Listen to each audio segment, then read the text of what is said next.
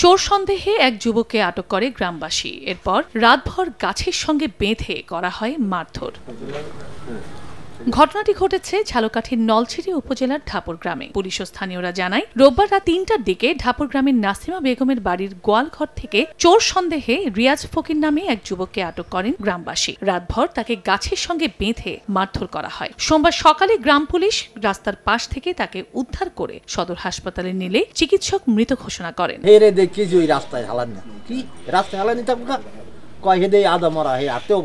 মাথায় আঘাত, পায়ে আঘাত, মারি সিক্রের পর এবার সবাই মানুষজন সবাই চলে আসে। আইয়া এবার ওই সোডারে লড়াইছে। আমরা ওদিক দিয়ে দৌড় দিয়ে আসছি, দৌড় দিয়ে রাস্তা দিয়ে বের দিছি ও দৌড়ে আসছে। এখান থেকে ধরে ভিতরে নিয়ে গেছে, ভিতরে নিয়ে ওরা জিজ্ঞাসাবাদ করা হয়েছে, মাইরও দেওয়া হয়েছে। মারধরের কারণে তার মৃত্যু হয়েছে বলে প্রাথমিকভাবে ধারণা করছেন চিকিৎসকরা। ময়না তদন্ত শেষে এই মৃত্যুর কারণটা, প্রকৃত কারণটা আমরা বলতে পারবো। তদন্ত করে আইনি ব্যবস্থা নেওয়া হবে বলে জানায় পুলিশ। লাশের সুরতহাল তৈরি করা হবে, ময়না তদন্ত করা হবে, পরবর্তীতে সংশ্লিষ্ট থানা আইনগত ব্যবস্থা গ্রহণ করবে। রিয়াজ ফকিরের বাড়ি পিরোজপুর জেলার ভান্ডারিয়া উপজেলার চরখালী গ্রামে। সময় সংবাদ, ঝালকাঠি।